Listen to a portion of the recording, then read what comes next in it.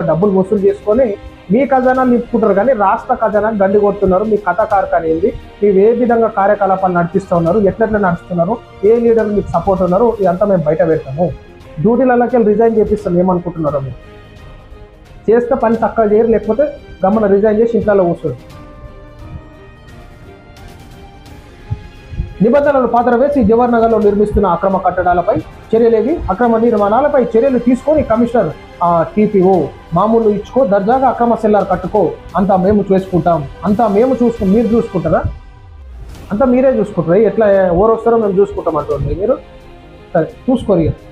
Jawahar Nagar commissioner town planning అధికారి నిత్యం కాసుల లీలలు, ఇలాంటి అనుమతి లేకుండా అక్రమ సెల్లార్ నిర్మాణం, ఆపై ఇంకేమైనా కట్టుకో, స్థానిక ప్రజలు ఫిర్యాదు చేసిన చర్యలు శూన్యం, కరెన్సీ కట్టల కోసం కక్కుర్తి పడుతున్న కమిషనర్ టౌన్ ప్లానింగ్ అధికారి. చూడు ఏ విధంగా అక్రమ సెల్లార్ నిర్మాణాలు, ఈ బిల్డింగ్లు చూడు, వీటికి పర్మిషన్లు ఎవరు ఇచ్చారు?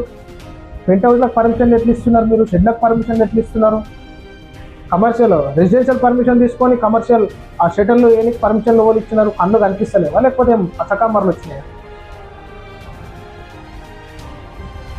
కమిషనర్ గారు టౌన్ ప్లానింగ్ అధికారులకు మేము చెప్తా ఉన్నాం, చేస్తారా చక్కగా పని చేయరు, లేకపోతే అవసరం లేదు.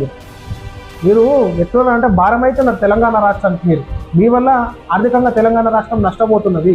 ముఖ్యమంత్రి రేవంత్ రెడ్డి గారు, కలెక్టర్ గారు మీ దృష్టికి మేము తీసుకొస్తాం. ఈ జవహర్ నగర్ కార్పొరేషన్లో ఏ విధంగా అవినీతి జరుగుతుందో మేము బయట పెడతాము. మీరు చూడు ఇలా పనితనం ఎట్లుందో, వీళ్ళ గొప్పతనం చూడు ఎట్లుందో.